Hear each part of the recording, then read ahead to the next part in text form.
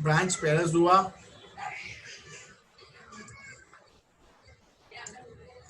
So what you are seeing on your screen, that let's talk about the Parazoa then.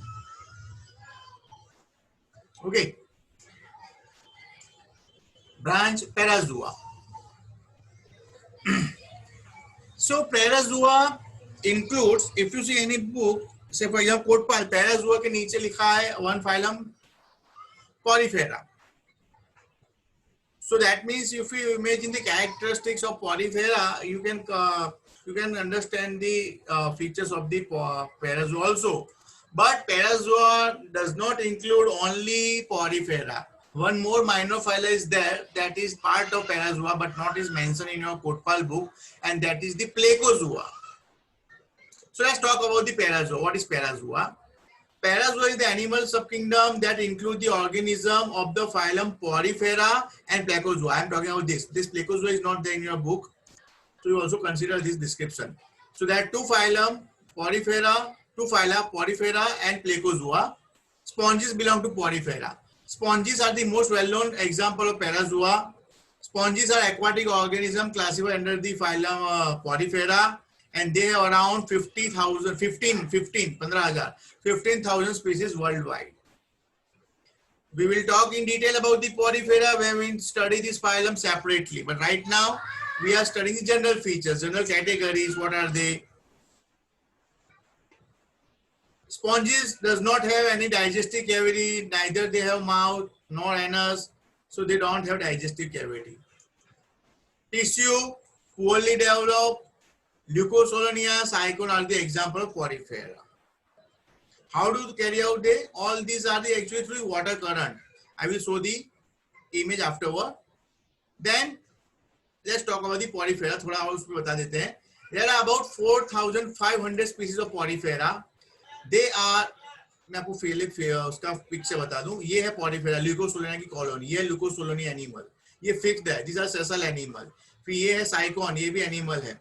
ये है आपके Porifera animals. इसमें क्या होता है, इनकी बॉडी में क्या होता है कि इस तरह की कॉलोनी होती है. And water, they are actually submerge in the water, mostly aquatic, mostly marine. फ्यूज water enters through this pores. कहते हैं ना बॉडी में पोर्स होती हैं, तो बाहर का पानी पोर्स में से बॉडी में आता है अलग अलग चैनल, और पानी यहाँ से आया, पानी के साथ फिर पानी यहाँ से बाहर निकल गया.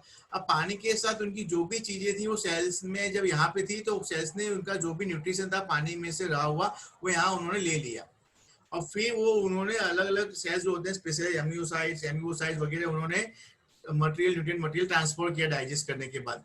तो ये सब आप ल्यूकोसोलोनिया का डिटेल स्टडी आप आपके टीवाई में करने वाले हैं. बट राइट नाउ इसमें क्या होता है, very primitive form of structure. Water enters through these canals and outside there is one osculum, और ये exit canal है. ये इनकी जो बॉडी वॉल है उसमें भी there can be many kind of specialization. ये इनका बाहर का जो डर्म है that is called the pinacoderm, अंदर का है वो कोइनोडर्म है. These are the flagellated cell. It's a peculiarity. These coinocytes are the peculiarity of this phylum. Coinocytes, flagellated cell you are not going to see in any animal kingdom. So this coinocyte layer, ये इनका एक peculiarity है. इनके बारे में आप detail में पढ़ेंगे in your TYPSC. So this is very primitive kind of arrangement. They don't have, neither they have mouth nor they have anus. Leucosolonia. Their body, उनका जो skeleton है वो किससे बना हुआ है, तो उनकी बॉडी में बहुत से spicules होते हैं. Spicules मतलब ये कांटे जैसी रचना है, उनसे पूरा बॉडी बना हुआ है, और वो spicules can be calcareous or spongin fiber. And another thing about them that they have some spongy protein fibers, spongy protein, so that made their skeleton. So that is what is written over here. So that about, you can say about 4,500 species of Porifera. Body is irregular and numerous pores on there. Water canal system, पानी बाहर से body में आता है and lives on the one anterior side pore. Flagellated layer of the cell, that is called flagellate coinocyte layer. Outer layer is made of pinacocyte. Skeleton of the Porifera is made of calcareous, siliceous, spicules or spongin fiber. We are going to study all in detail in a different class that belong to exclusively for Porifera. They can be solitary or colonial. Solitary means those remain alone. colony means remain together. They can be solitary or colonial. Sessile means fixed. They can be marine or fresh water. So these are the main features of the Porifera. So the Porifera is the one phylum that belong to this Parazoa. Here, what is the feature? Mainly the tissues were not well defined, poorly developed tissue. Multicellular animal, yet poorly defined tissue. Another thing is that is not given the information in your book is Plecozoa. It's a minor phyla. Plecozoa is. So what are the Plecozoa? Let's talk about the Plecozoa. Plecozoa are the free-living, non-parasitic, free-living, multicellular organism, but they are not porifera. They are simplest in structure or animal. Actually, previously, just couple of years back when I was teaching, I was saying there only one genus is there. And on that, for that genus, the entire phylum is created. But recently, in 2017, scientists also have considered 2 more genus. So now, along with the Trichoplex adherens, that was classical discovery, along with that, these 2 come into existence in just 2017. Hylugia hongkongensis and Polyplacotoma mediterraneana. So from here you can make out the location कहाँ से मिले होंगे. Where the last appear, the last 2 have been found only since come in 2017. So what are they? Trichoplex is a small flatted animal. उसका मैं feature बताता हूँ. देखो बहुत छोटा होता है, 1 mm का ही animal. They are very small, flattened animal, around 1 mm in size. They look like amoeba. It has no regular outline. They, although the lower surface is somewhat concave, उनका जो नीचे का सतह है बॉडी का is concave and upper surface is flattened. तो ऊपर का surface flattened, नीचे का is concave. The body consists of an outer layer of simple epithelium enclosing loose sheet of a particular striated kind of cell resembling mesenchyma of the more complex form, but they are not mesenchymal cell. So it's a group of cell and outer epithelium. Epithelium outer side bear the cilia which animal uses to help in creeping on the floor. तो ये उनका एक animal है. मैं आपको प्लेकोजोआ का ट्राइकोप्लेक्स जो animal है उसका डायग्राम ओके साइज में मैंने रखा नहीं है. You can find Trichoplax figure from the internet also. बहुत अच्छा गूगल इमेज पे आप डालोगे ट्राइकोप्लेक्स का एनिमल का फिगर दिखेगा. को ऐड करने का रह गया. Don't you can find from the Wikipedia also. So Trichoplax एक एनिमल है. तो पैराजोआ, पैराजोआ में मल्टी सेल्यूलर एनिमल है. मेन फीचर क्या है कि उसमें टिश्यू नहीं है. Mostly they are sessile fixed. If they are Plecozoa, they can be free living. Okay. Or if it is Porifera, it is sessile, they are fixed. So again, we are coming to that classical chart from your book. So let's now it will be more better to compare this. Yet we have not gone this detail, but you can imagine about the higher invertebrate like a sepia, earthworm, cockroach. You can find this comparison. Habitat, habit. So mesozoa marine gut में होते हैं, sepia के gut में होते हैं, जो इसके आगे के लेक्चर में बताया था. They are sessile, they are parasitic, they can be sessile or parasitic. Parazoa mostly sessile. They eumetazoa में यहाँ पे sessile सिर्फ क्यों लिखा है? Because पैरा ये कोटपाल की बुक में से उन्होंने सिर्फ पोरीफेरा को कंसीडर करके कैरेक्टर दिए हैं. प्लेकोजोआ में ये कैरेक्टर्स लागू नहीं होता. तो बस you can say mostly sessile. Eumetazoa mostly mobile. Tissue in mesozoa absent, few cells in 2 layers. Here also tissues poorly developed. In eumetazoa it is well defined. Organ not formed. Parazoa organ not formed. Here organ are well formed. Digestive tract absent. Here also digestive tract is absent. Parazoa में कोई digestive system नहीं है. मैंने आपको diagram बताया sycon का. There is no digestive tract. And here mostly digestive tract is there and have 2 parts. One side you have mouth, one side you have anus. But yet certain animal, even in eumetazoa, say for example Hydra, they don't have complete digestive system. They have only one opening. Digestion, intracellular, single cell is there, and entire thing is actually all the micromolecules from the food as actually stored, are broken and stored by single cell only, by the cellular. So digestion at cellular level, cells doing a particular cell is doing that, intracellular digestion. If we have gut, say when animal have the gut, the digestion take place in the intestine. Half digestion take place in the stomach and half take place in the intestine. So that digestion is called extracellular. and then the molecules come into the blood, and then blood to the cell, and cell further respiration. Then you can consider intracellular level. Okay, so here digestion can be intracellular, here extracellular. Body surface, mesozoa, not porous, porous or non-porous. You can also have porous plus non-porous, because we have glycozoa which are non-porous, and here always non-porous. Body cavity, there is no body cavity absent. There can be body on outer side, though वहाँ पे ऐसे पानी enter होता है. There can be many flagellated, many chambers. उनमें भी बहुत सारे आउटवेजिनेशन होते हैं, इनवेजिनेशंस होते हैं, आउटफोल्डिंग होते हैं. तो वहां पे भी you can say many chambers होती हैं, और बीच में तो एक चैम्बर दिख ही रहा है. तो there can be many cavities there, 1 to many cavities are there. And body cavity we is होती है हमारे में भी, but it is not line by the choanocyte. Flagellate collar cell से हमारी बॉडी कैविटी नहीं लाइन होती. Physiological division, not well marked and here well marked. तो ये कंपैरिजन हो गया मेसोजोआ पैराजोआ.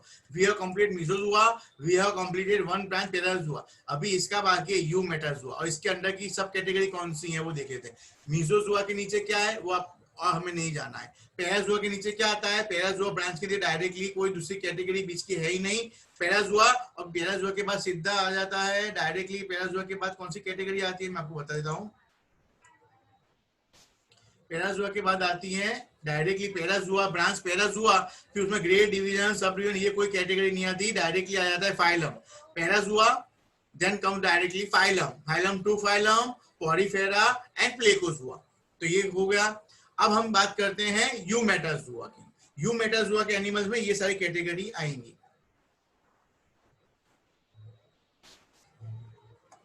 आपका सिलेंट्रेट से लेकर जितने भी सारे इन्वर्टिब्रेट फाइलम हैं वो सारे आते हैं यूमेटाजोआ में.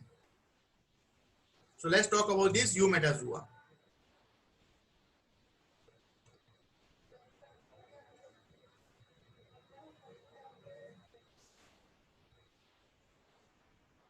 So branch eumetazoa, many cell animal with organs, mouth and digestive cavity.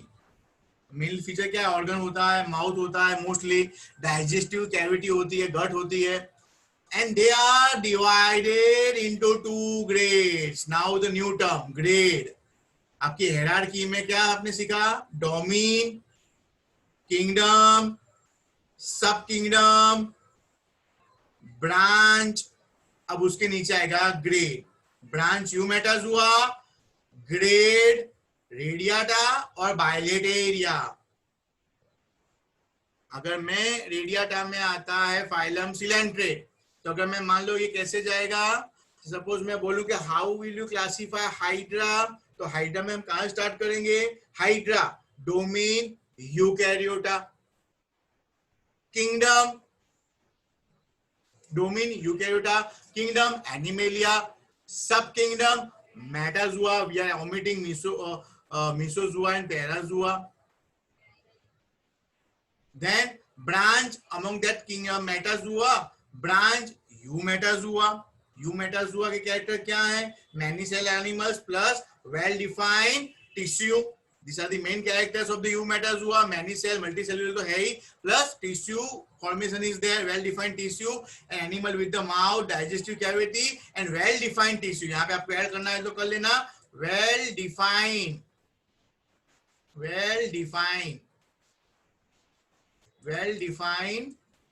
tissue.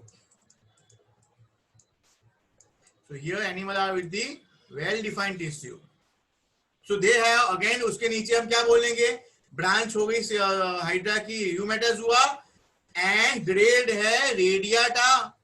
तो यहाँ पे उसका क्लासिफिकेशन हुआ फाइलम तक का, रेडिया फाइलम सिलेंट्रेटा. जिसके नीचे रेडियाटा का फाइलम है 2, उसमें से एक फाइलम है Coelenterata. So let's talk about this eumetazoa we have completed. Now let's talk about the feature. Which are the features of being radiata and which are the features of being bilateria?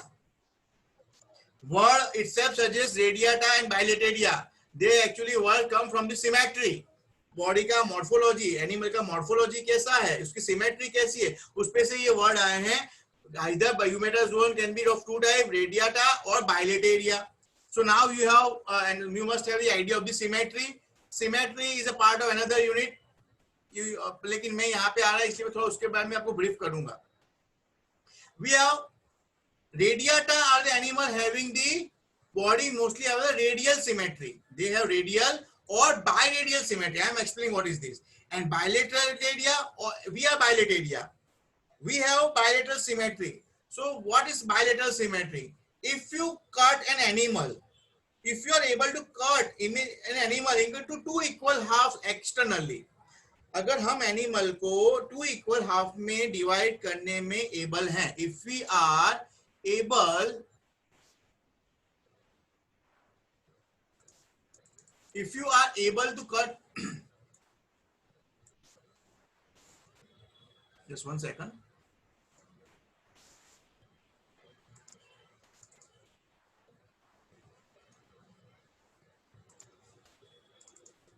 if you are able to cut animal into two equal halves through an plan passing from the central axis, then the symmetry is called the bilateral symmetry. जैसे हम यहाँ से अगर एक imaginary line से यहाँ से अगर हम if we take knife and try to cut and then we can have left and right half equally.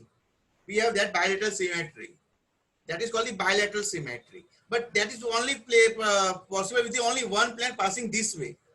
If you cut this way, we have ventral position and dorsal position, but not equal half. आंखें आ जाएंगी, पीछे सिर्फ सिर जाएगा. So that is not the bilateral symmetry. So we have only one plan by which we can divide entire thing into two equal halves. That so when we have only one plan that is possible, that is called bilateral symmetry. But when you have animal feature one in your structure where you can have more than one plan by which you can divide animal into two equal halves, that is called radial symmetry. More than two plan, I would say. Say for example, it is present with any cylindrical structure. Hydra को ले लीजिए. Hydra की इस body में, सारी body में tentacles हैं. अब हाइड्रा को मैं ऊपर से लेके यूं काटूं या यूं काटूं या यूं काटूं क्रॉस एंगल से या यूं काटूं, या can multiple plan passing through. Search क्या होनी चाहिए? बीच में से लेना है, सेंट्रल एक्सिस में से लेना है, तो मैं एनिमल को टू इक्वल हाफ में कर सकता हूं. तो यहाँ पे मुझे क्या मिला है? What I am getting? More than two such plan through which I can divide animal into two equal halves. So when animal possess that kind of symmetry, they are called radiata. They are belong to radiata. So bilateral symmetry, लेकिन ये भी strict rule नहीं है, उसमें भी एक exception आता है, वो मैं आपको बताऊंगा अभी. Bilateria and radiata. So bilateria have mostly bilateral symmetry, radiata have the radial symmetry. Then उसमें अब डायग्राम के साइड में इसका हम एक दूसरा है biradial. Now another word, biradial symmetry. Certain animals of the phylum Ctenophora, comb gels. Comb gels जो एनिमल होते हैं उसमें ऑर्गन का डिस्ट्रीब्यूशन ऐसा होता है कि you have not three plan, you don't have one plan, you have two plan by which you can divide the animal into two equal halves. एक प्लान ऐसा है और एक प्लान ऐसा है. इसके भी साइंटिफिक टर्म है, मैं ये आपको कट करके बता रहा हूं. यहां से अगर ह्यूमन बीइंग है, इसको इस तरह से कट करेंगे तो you won't find two equal halves. यहां से भी हमारे पास बायलैटरल सिमेट्री में एक ही प्लान है और क्या साथ है? सेंटर में से पास होना चाहिए. यहाँ पे भी सेंटर में से. तो when you can cut animal two equal half with two such plan, not three but two plan. ऐसे भी करो तो दो हिस्सों में काट सकते हैं, और ऐसे भी काटो तो भी अगर दो इक्वल हाफ में काट सकते हैं. उसको हम क्या बोलेंगे? बाइरेडियल. अगर दो से ज्यादा मिले तो क्रॉस एंगल से काटे तो भी दो में तो होगा रेडियल सिमेट्री. तो ये हो गया, समझ में आ गया? बाइरेडियल, रेडियल और बाइरेडियल सिमेट्री. ठीक है, अब मैं इसकी डायग्राम आपको बताता हूँ और समझ में आएगा. देखिए ये एक दिया है स्फेरिकल सिमेट्री. यहाँ से आप बीच में से काटो, ये मेनली स्फेरिकल सिमेट्री तो उसमें होता है बैक्टीरिया वगैरह, तो ये हम इतना इसमें नहीं आएंगे, ये अभी हमारे काम का नहीं है. ये है बायलैटरल सिमेट्री. मक्खी में देख लो, ड्रोसोफिला में. ये है स्टारफिश. स्टारफिश में भी you have radial symmetry. So what you mean? Starfish क्या रेडियाटा में आएगा? नो. वो क्या है मैं आपको बताता हूँ. लेकिन स्टारफिश में अगर symmetry morphologically, yeah, it has radial symmetry, but it also belong to bilateria. Starfish belong to Echinodermata, very modified, higher invertebrate. So that belongs to bilateria. Though externally it has the radial symmetry. Again, I am repeating, Echinodermata does not belong to radiata. So only exhibiting radial symmetry doesn't mean animal is radiata. Okay why ऐसा? Because इनका जो radial symmetry, तो उन्होंने क्या लिखा है साइंटिस्टों ने कि radial symmetry is a sort of adaptation to life.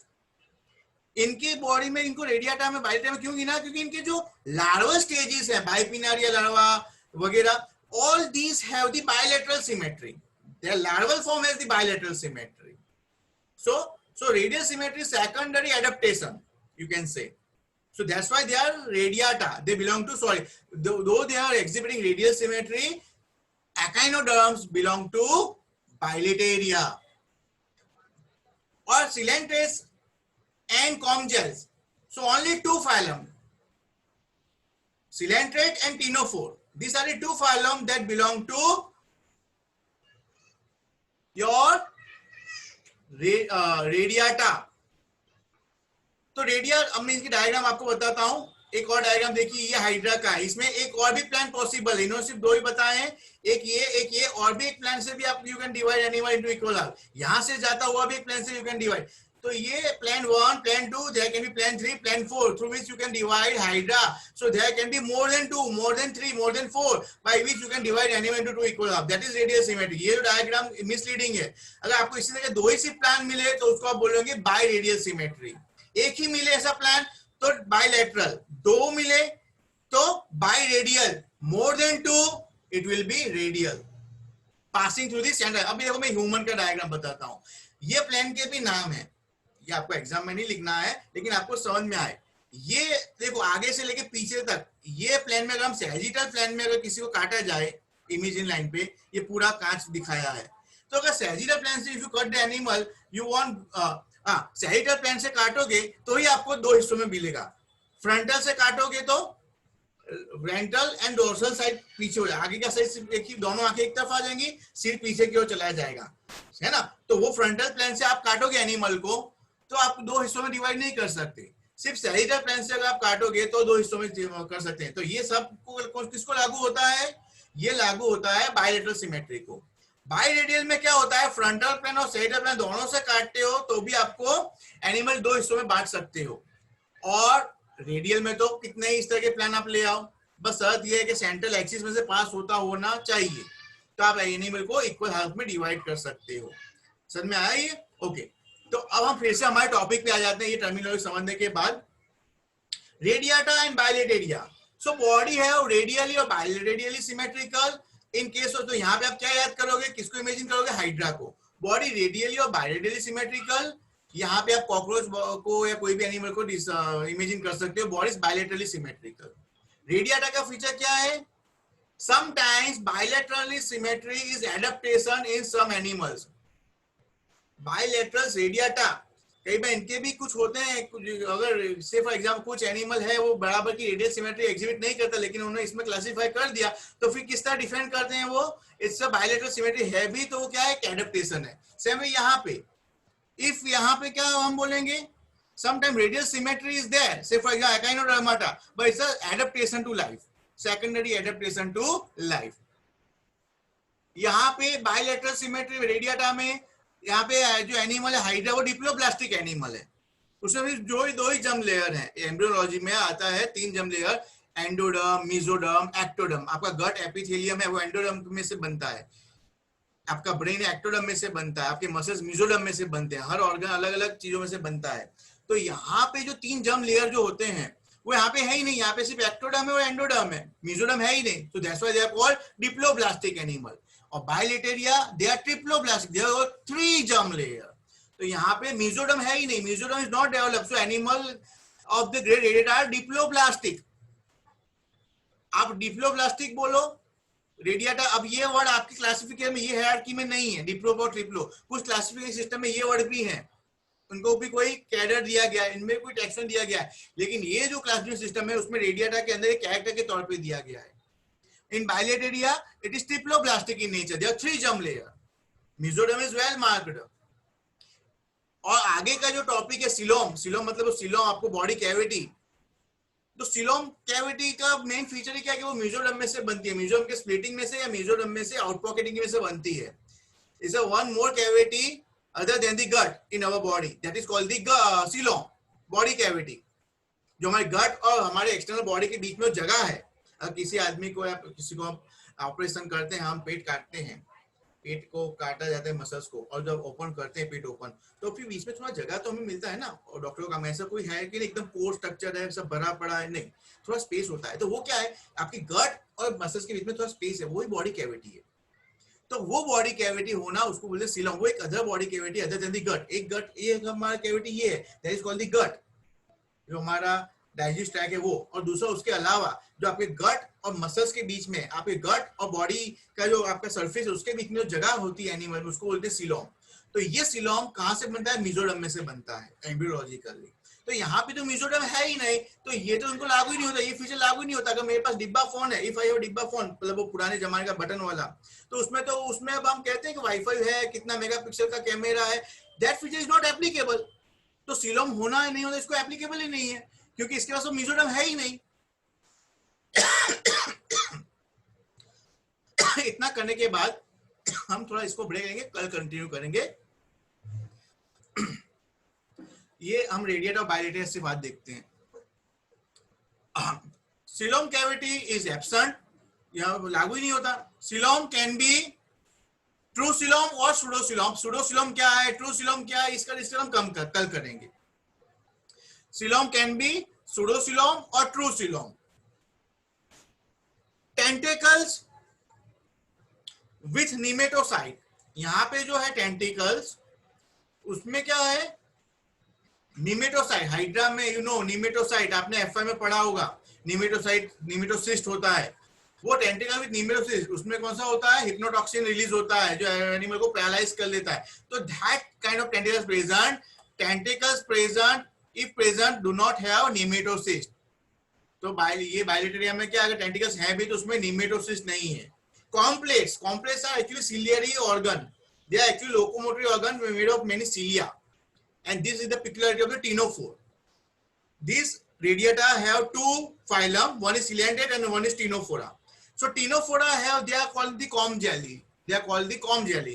So comb plates is the feature of the ctenophora. So comb plates are present for locomotion. Here you will never find the comb plates.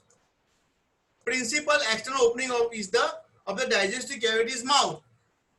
They have only one digestive cavity. Their digestive system is incomplete. They have only one cavity, act as a mouth as well as the anus. So that is only one digestive cavity. Here the external opening is digestive cavity, the mouth, and mostly is and another cavity is there, and that is called the anus. But mostly platyhelminthes does not have anus. I will certain does not have anus. So mostly you can say mouth and anus is present, but some you better to use word mostly. You see here,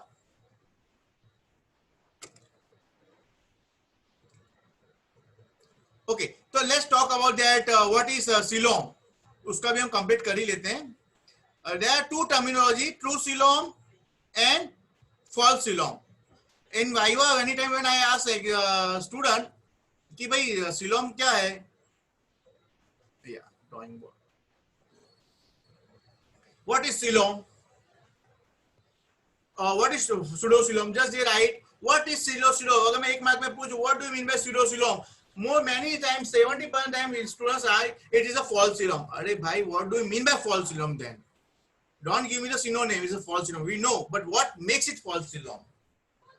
So there are two conditions for the coelom बनने के condition है. See what is the condition? It should be lying. coelom क्या है, तो समझ ले coelom क्या है. ये एक आपका बॉडी कैविटी है और ये आपका एक्टोडर्म है. इसके बीच में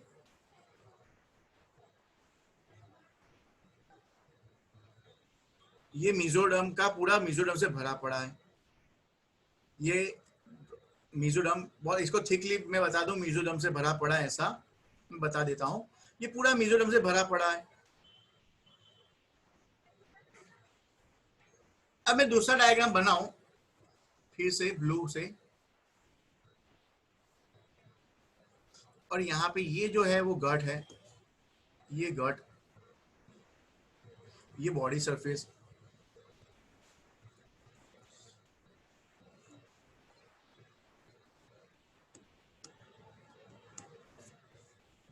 नाउ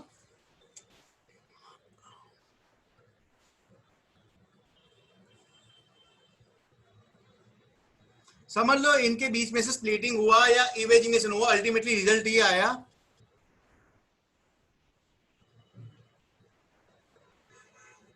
आपका एक लेयर यहां पे और एक लेयर यहां पे। अब ये जो है ये एक स्पेस है, ये मैं एक स्कीमेटिक डायग्राम आपको समझा रहा हूं। तो अब ये जो गट है वो भी एक स्पेस है, ये आपका एक स्पेस है, ये आपका प्राइमरी स्पेस जहां से हम खाना खाते हैं। तो ये जो स्पेस है यहाँ पे एक स्पेस है और एक दूसरा स्पेस यहाँ पे है। तो ये तो हो गया गट। अब गट का जो स्पेस है यहाँ पे ये रेड कलर का लाइन समझ लो कि इससे जुड़ा हुआ है, ये गट के साथ जुड़ा हुआ है, बीच में कोई स्पेस नहीं है। So don't get confuse. इसको भी हम यहाँ से अगर भर लें पूरा, ये पूरा इस तरह से भरा पड़ा है और इसको यहाँ पे भी हम चिपका दें पूरा, ये रेड कलर का, ये समझ लो यहाँ पे कोई गैप नहीं रह रही है, क्योंकि ये सिर्फ ये व्हाइट बोर्ड है इसलिए यहाँ पे इतना, अगर चौक होता तो मैं और अच्छे से बताता, फिर भी जितना हम समझ सकते हैं। देखो अब समझ में आ गया आपको। अब पूरे डायग्राम में जो ग्रे एरिया कहाँ पे बचा, दो जगह पे सिर्फ ग्रे एरिया बच रहा है। एक जो ग्रे एरिया है वो छोटे सर्कल में है, वो आपका गट है। दो जगह पे स्पेस है, स्पेस 1 और स्पेस 2। और जो स्पेस 2 इस डायग्राम में जो मैं बता रहा हूं वो है आपका सीलोम। और ये आपका जो रेड कलर का मार्किंग है वो है मेसोडर्म का लेयर। अब मैं आपको अपनी बॉडी में बताऊं, हमारी बॉडी का जो गट है, गट हमारा डाइजेस्टिव ट्रैक है, उसके भी अलग अलग लेयर, उसको आप टीएस लो स्टमक का। तो स्टमक का जब आप टीएस लेते हो तो सबसे अंदर का लेवल होता है एपिथेलियल लाइनिंग। तो that epithelial lining is made of the endoderm. तो ये लाइनिंग जो ब्लू कलर की वो एंडोडर्म की बनी हुई। फिर ये जो रेड है वो मसल्स है। आपकी जो गट है ना उसको बाहर से आप एक्सटर्नल मस्कुलरी कोट, जब टीयर ऑफ स्टमक या इंटेस्टाइन के डायग्राम में देखे होंगे तो आप क्या बोलते हैं, मस्कुलर कोट, मस्कुलरिस एक्सटर्ना। तो एक मसल्स लेयर वहां पे आ गया, स्मूथ मसल वाला, ओके। फिर आ गया आपकी बॉडी का स्पेस, और फिर आपकी बॉडी में आ गई ये स्किन, और स्किन के नीचे क्या है, स्किन है एक्टोडर्म इन ओरिजिन। फिर उसके स्किन के नीचे मेसोडर्म भी है, तो वो आ गया, मसल्स भी है, तो वो मसल्स आ गए, ओके। तो वो आ गए मसल्स, वहां पे 3 है ना। तो मसल्स और मसल्स, तो आपका ये बॉडी के ऊपर किसका मेनली किससे बना हुआ है, मसल्स का। मसल्स और गट के में भी बाहर क्या है, मसल। मस्कुलर दोनों मसल्स के बीच में क्या है, जगह, वो क्या हुआ, स्पेस, वो है सीलोम। तो सीलोम बनने का कंडीशन क्या है, what do you mean by true coelom और eucoelom, that it is on either side true coelom is confined by mesoderm, it is lined by mesoderm on either side. अब सीडोसीलम में क्या होता है, कोई एक बाजू, मान लो कि बाहर की तरफ वो ये लेयर होता ही नहीं है। अगर मैं इसको यहां से निकाल लूं, अगर मैं इरेजर लेके ये रेड लाइनिंग निकाल लूं, यहां से सिर्फ मैं रेड लाइनिंग निकाल लूं, तो आपके पास जो कैविटी बच रही है वो एक बाजू तो एंडोडर्म से है, एक बाजू तो मेसोडर्म है, लेकिन दूसरी साइड पे मेसोडर्म नहीं रहा। आ रहा है समझ में।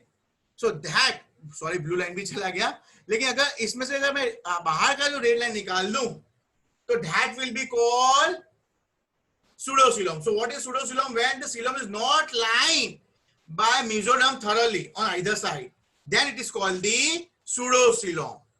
तो वो नेक्स्ट टॉपिक है हमारा, उसमें आएगा तो और हम समझ लेंगे डायग्राम के साथ। तो ये है सीलोम, ठीक है। तो आज का लेक्चर हम इतना ही रखते हैं। तो आज हमने क्या क्या समझा, आज हमने ये समझा है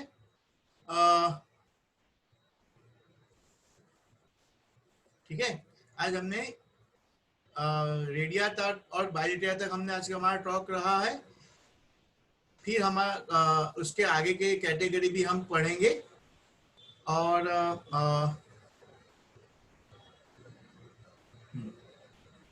तो हम कल एक छोटा सिटिंग कल हम कर लेते हैं, 2 लेक्चर ना ले, सिर्फ एक लेक्चर का, तो वो कल हम कर सकते हैं। तो हम कल एक लेक्चर ले लेंगे, और उसका टाइम मैं आपको बता दूं, कल सुबह में at 11 o'clock we are doing that, okay?